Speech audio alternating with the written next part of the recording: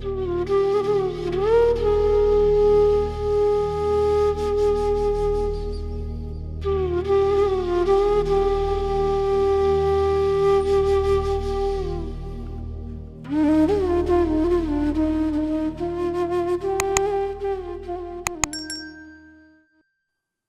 गुरु जी। गुरु जी के श्री चरणों में कोटि कोटि प्रणाम। गुरु जी की प्यारी प्यारी संगत को जय गुरु जी। शुक्राना गुरु जी महाराज for holding our hands and keeping us in your fold. जैसे कि अंकल ने कहा कि गुरु जी तो indescribable है and we are not worth it, we cannot say anything about him. And we have no words to express, but yes, we are in deep gratitude to Guruji. We are in deep reverence to Guruji because he has held our hands. And as we all know, Guruji was the God incarnate. He was the embodiment of Lord Shiva. And we people are so very blessed that Guruji took hold of us in his physical form, and it was so easy to approach him, to approach the God, how easy it was. And then Guruji showed us the path of righteousness. He cleansed our souls just sitting in his lotus feet, just sitting in his Sharan and listening to Guru Vani. I mean, this is amazing. So, Shukrana Guruji Maharaj, Shukrana Vasan Uncle, and this multilingual Sevadar team. You people are indeed putting your best efforts in, connecting the poor souls to Guruji, giving us the platform.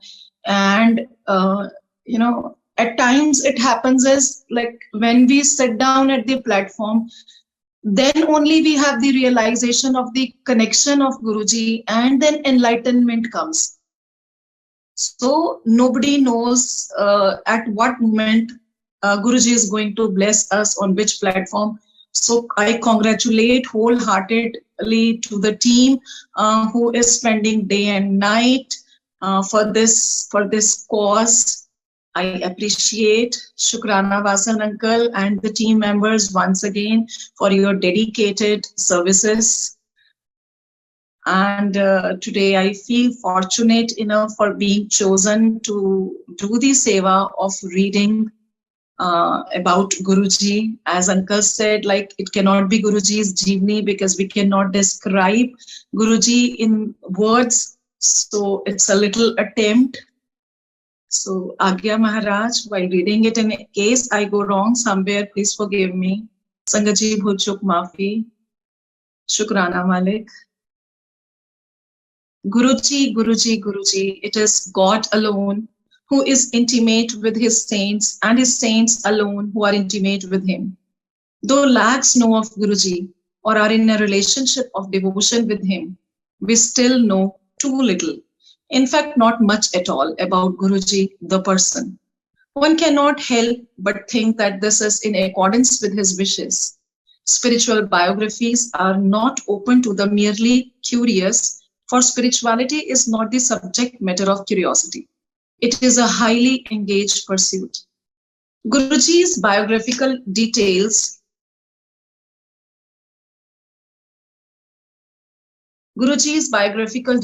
are scant, and what devotees know of him is a mere outline. That outline we have cannot be given full credence because as time passes, memories become untrustworthy, and incidents become stories, and stories become long. With these caveats, what we know follows. Guruji was the light divine, born on 7th July 1954 in Dugri village of Malerkotla Tehsil in the Punjab, a region sanctified by the Sikh Gurus of yore. If Jesus' birth was attended to by the Magi, Guruji's was by serpents. A key happenstance which gives the clue to his real identity. He was and is Lord Shiva, who is depicted and indeed has been seen by some devotees with snakes garlanded around his blue-throated neck and his wrists. Dugri was a farming village, and Guruji's early life likely followed its patterns. His father recalls that his young son would often help him till the fields. When he did so, the yield would turn out to be many times more than other fields. Guruji would often be found at the nearby dera of Sant Sevadas ji, often to the exasperation of his family who wanted him to study. Sometimes he would be locked inside a room to forestall such spiritual adventurism. Yet he would again be seen sitting with the sages at the dera. The sages who saw beyond the immediate would want people to leave Guruji alone, telling them that he was the Lord of all the three lokas. The import of these words, that Guruji was the sovereign Lord, was not heeded even when, decades later, the number of his disciples had grown manyfold. But divinity cannot remain hidden, because its nature is to give succor. A childhood instance that has come down is of a schoolmate's fountain pen getting damaged before an examination. Guruji gave the boy his own pen, with which the classmate completed his papers, while Guruji wrote the exam successfully with the broken pen. That may not have been very surprising for his classmates, who sighed that Guruji knew of all the questions that were to be set beforehand. His teachers, on the other hand, were perplexed by the student who would suddenly disappear from the classroom seat only to return momentarily. Guruji studied on to fulfill the wishes of his father, who, like any normal parent, wanted his son to get a good education. Guruji got 2 master's degrees in economics and political science. After some time, Guruji left home to fulfill his spiritual journey in this world. He would often appear in the house of one of his acquaintances, stay for a few days, and then move off for days at a stretch. His parents realized that their son was no ordinary person. His mother called him Guruji, just as his devotees did, and would often be seen touching his feet during satsangs. If a devotee would ever be so bold as to ask for his name, Guruji would give a short but meaning-filled reply, "Mahapurushs have no name," he would say, implying that the personality of such a one as him had already merged with the divine. There was no name because there was no identifier left. The personal and human had become the impersonal, immanent in a body. The purpose of that body then became to deliver humanity from its ills and sufferings. People thronged to Guruji for deliverance from problems, mostly material, of home and hearth and jobs and businesses, to disease that had latched onto them owing to karma. Soon the news of his powers spread all across Punjab, and people sought him out. Never for the real thing, Guruji pointed out. He wanted people to come to him as the embodiment of the divine, for the sake of love and for love alone. That love given humbly, he could do a million impossible things. Guruji was a giver.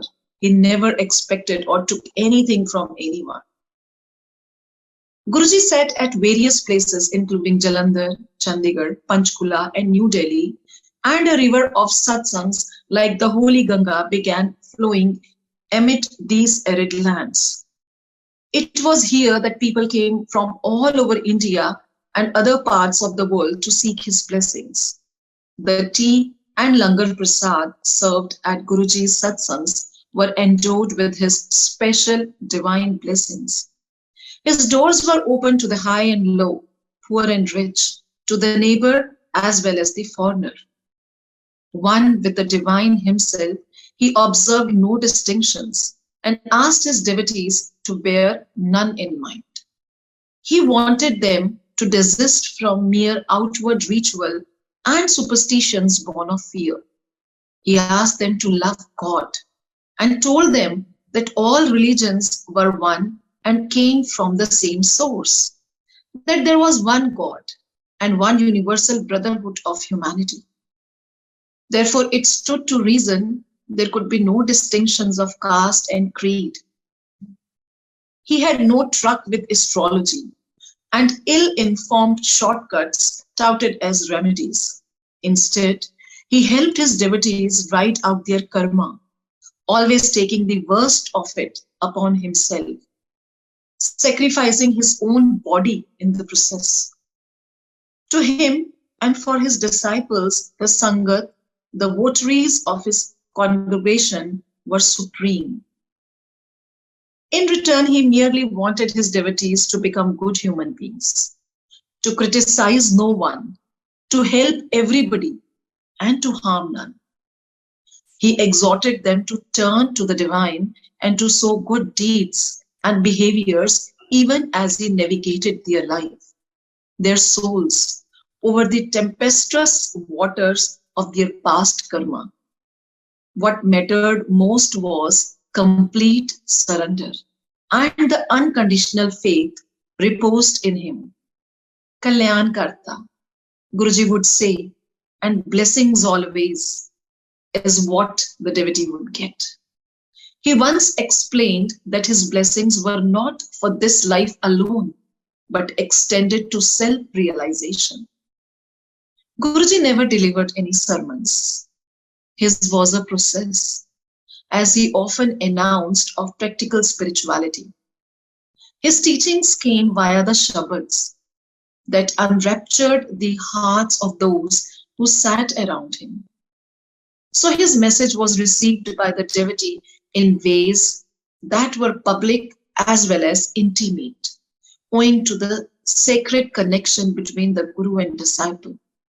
This connection was the very root of the relationship. It lifted the devotee's life to a level where joy, fulfillment, and peace came easy. The Shabads became a beacon that always showed the disciple his true aim, and they also became a map that told him where he was. Guruji left his form, beloved of devotees, smelling always of roses, on 31st May 2007. It was, in a way, a lesson. He had told his devotees time after time of how evanescent life was. With the manner of his passing, he impressed the lesson on our psyche.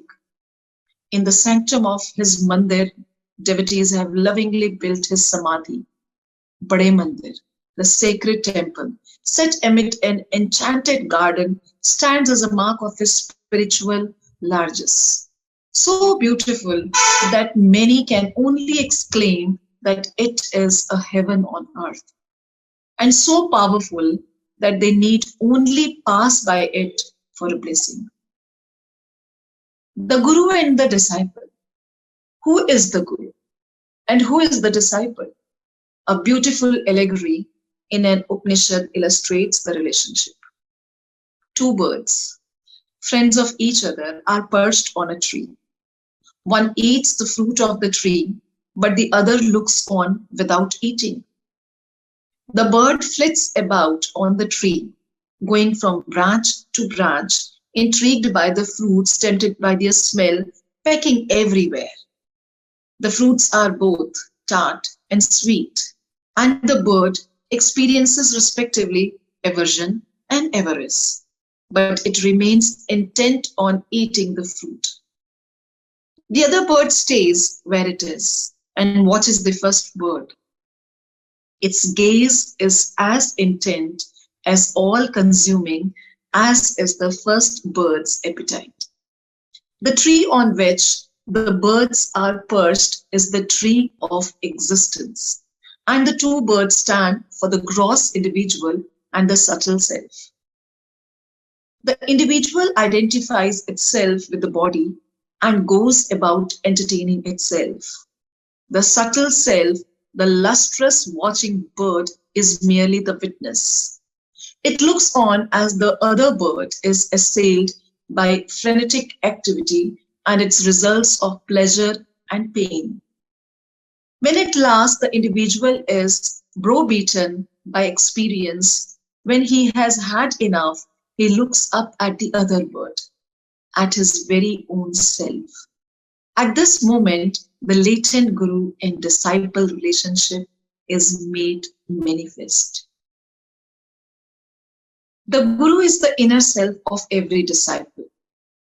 He is the mirror in which the disciple can see and know himself. But before knowing or coming to the inner guru, the disciple needs an external manifestation of his own self. Since we have for lifetimes been intent on gaining and grasping and doing, interiorization is difficult. So accustomed are we to living in the plane of an exterior world that we need an external entity to come and prod us to the inner reality. This is the grace of the Guru. The Guru and his grace are not different from each other. Grace is the characteristic of the Guru. So are all the other attributes of the self. Desirelessness, fearlessness, omniscience, omnipresence. In fact, the Guru is God who has come for you.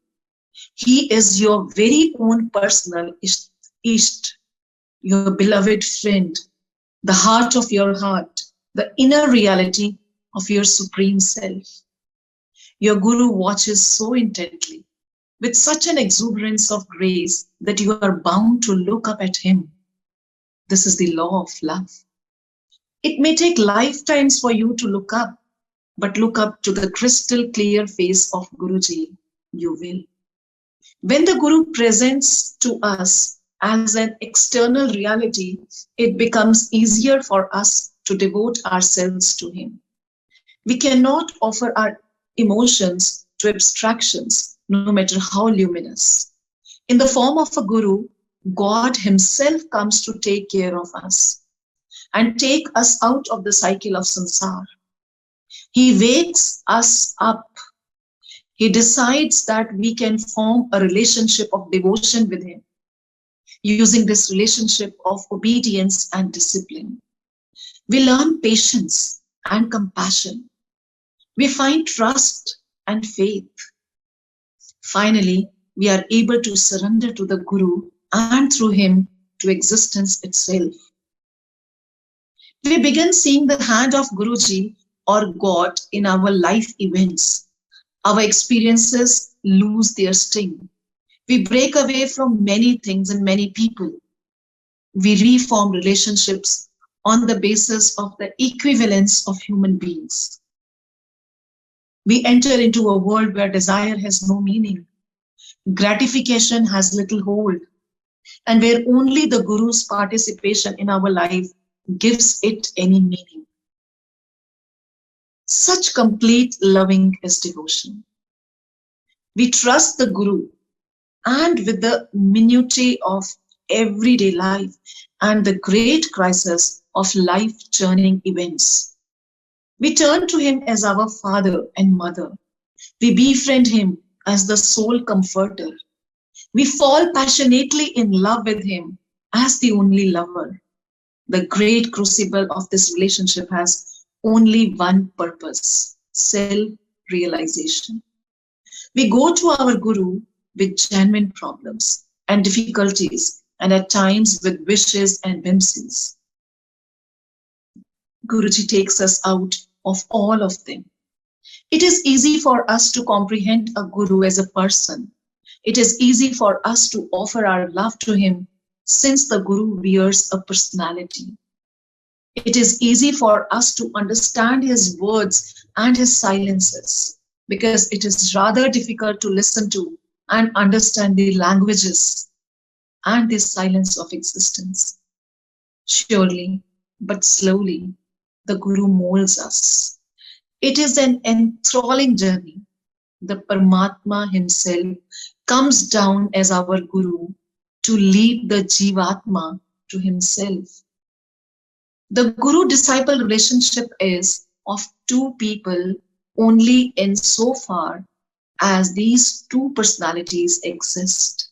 When the disciple is in complete attunement with the Guru, there is no distinction between them. There is no difference between the water flowing in a river and the water kept in a vessel. Later, when the water kept in the vessel is thrown into the river, there is no hope of even making a distinction.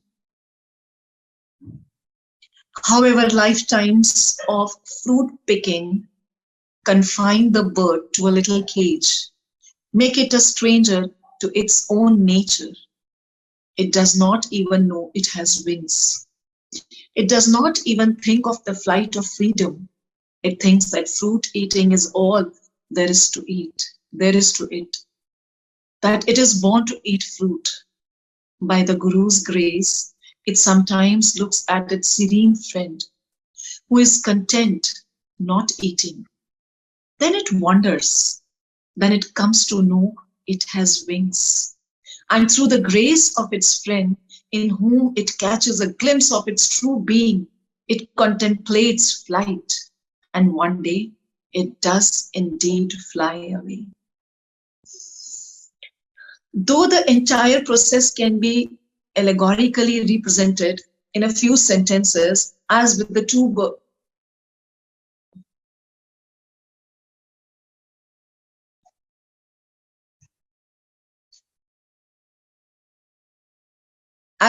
birds of the Upanishad, the process can take lifetimes. The wonderful thing is the amazing commitment of the Guru to rescue the disciple time after time from the many entanglements the disciple is sure to ensnare herself in. The Guru intervenes when the disciple gets herself into trouble. He comes to her rescue when the disciple is stuck inside karma's noose. The Guru sacrifices his own illimitable wealth of Shakti to save the disciple. The disciple is thus fully beholden to the Guru. It is the Guru who, as it were, hands back the disciple's soul to him. It is the ultimate gift, the fulfillment of the Guru's unconditional love. Yet the disciple is disobedient. The disciple finds reason to mutter and grumble at the Guru's shepherding. She or he is unable to understand why the Guru shapes her or his life in the way he does. To confound their already perplexed brains further, the Guru treats each disciple differently. That is, he looks upon all with the eye of same-mindedness.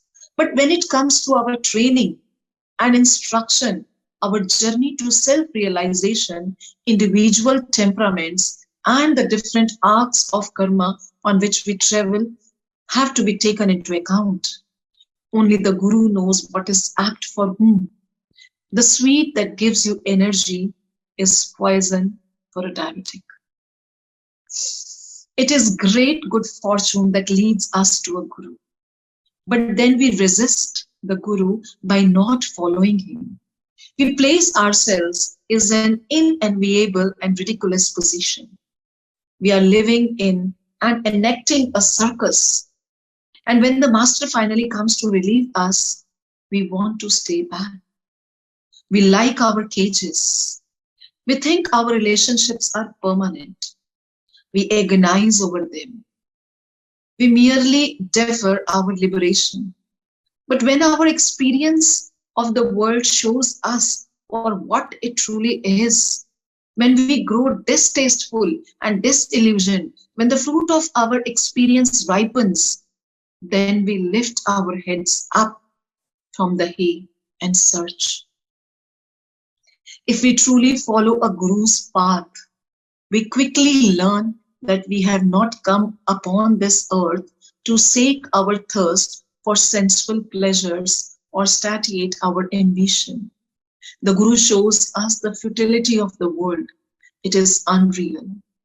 We don't hanker for it. We find that its rewards and punishments are meaningless, that they are given to an individual that does not exist. We find that pleasure and pain and all the affairs of men flow with the ebb and tide of time. We find that our bodies go from birth to death and are nothing to cling on to. The Guru is the bird that sings the song of freedom. He makes us realize that we have to commit to and consummate our journey in this very lifetime. We need to devote ourselves to Him readily and speedily. Devotion is our wings. Innocence is our unseen path. Humility is our strength. Love is our goal. The soul's aspiration to fulfill itself, which causes us to flit about in many engagements, is only realized when we fly to ultimate freedom. That liberation and realization can only be found when the disciple surrenders himself to Guruji's feet. Shukrana Guruji Maharaj. Koti Koti Shukrana Guruji Maharaj. Sangatji, this was amazing, amazing, amazing.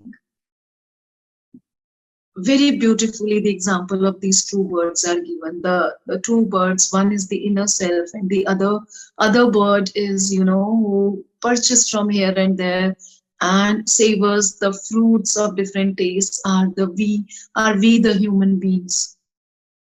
We are caught in this Maya Jal, and we think the happiness is in this materialistic possessions. This is what I can understand.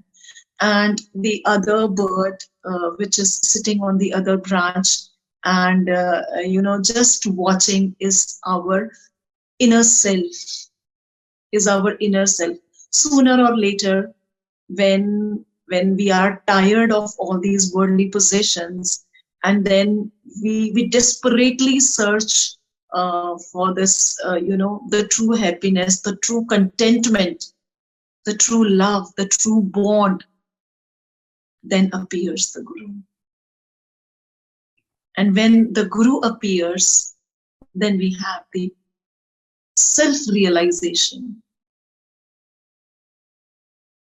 Without the Guru's presence in our life, we don't even have this realization that this world is nothing but a dark well. We love being in it. And we do not know that we are caught in the darkness of ignorance, darkness of, the ignorance of the purpose of our being on this earth, darkness of the true love, darkness of the true surrender. We are engulfed and we are happy. But at the same time, when the moment comes when we are fed up, we start calling for help. Because when we feel that we have felt that darkness, we have enjoyed everything, or uske baad when the good Lord himself, when Guru himself listens to our prayers, he comes to catch hold of us, he offers his hand, and we also raise our hand to help us out. But at the same time, when the Guru asks for the conditions, the true love, the faith, the total surrender and all, and then again we get into the dilemma, like, this is better, we won't be able to do that. To love Guruji is easy, but to live Guruji is quite tough. But Sangatji, what I feel is we are indeed very much blessed. Amazingly, at times when I sit down, I have the realization, just sitting in the aura of Guruji, we get to know about all this enlightenment things. The path of righteousness, we lead to the path of righteousness. Just sit down quietly and listen to the Shabd of Guruvani. Just that's it. Guruji had never, he had never given the pravachans, he had, but his aura was so great. Whatever I was reading in the Jeevani written, at the same time I was having the goosebumps and I was having the realization, yes, so true it is. सच में practical है. We understand all this, and then the theory comes in front of us. और जब हम वो theory को पढ़ रहे हैं, then we have the realization कि हाँ, इन सब चीजों का तो मैंने एहसास किया है. So this is how, Shukrana Guruji Maharaj.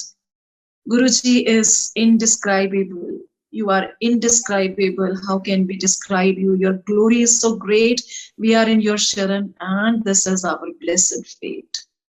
This is what I can say, Guruji. I only know that we are supported by you. Even if you are not in physical form, we are being guided by you at every breath. You are with us. You walk beside us, and we feel your presence. Shukrana Guruji Maharaj. Shukrana. Guruji has given a new life to us, a different meaning to our life. So we are not worth to express our devotions, our love to Guruji, our reverence, our gratitude to Guruji. We cannot. I must say, it can't be even a drop in an ocean. If we want to express our heartfelt gratitude towards Guruji, if we devote every breath of ours in this lifetime, even that would not be that drop of, a small drop of water in that huge ocean. So to conclude, I must say, Shukrana Guruji Maharaj.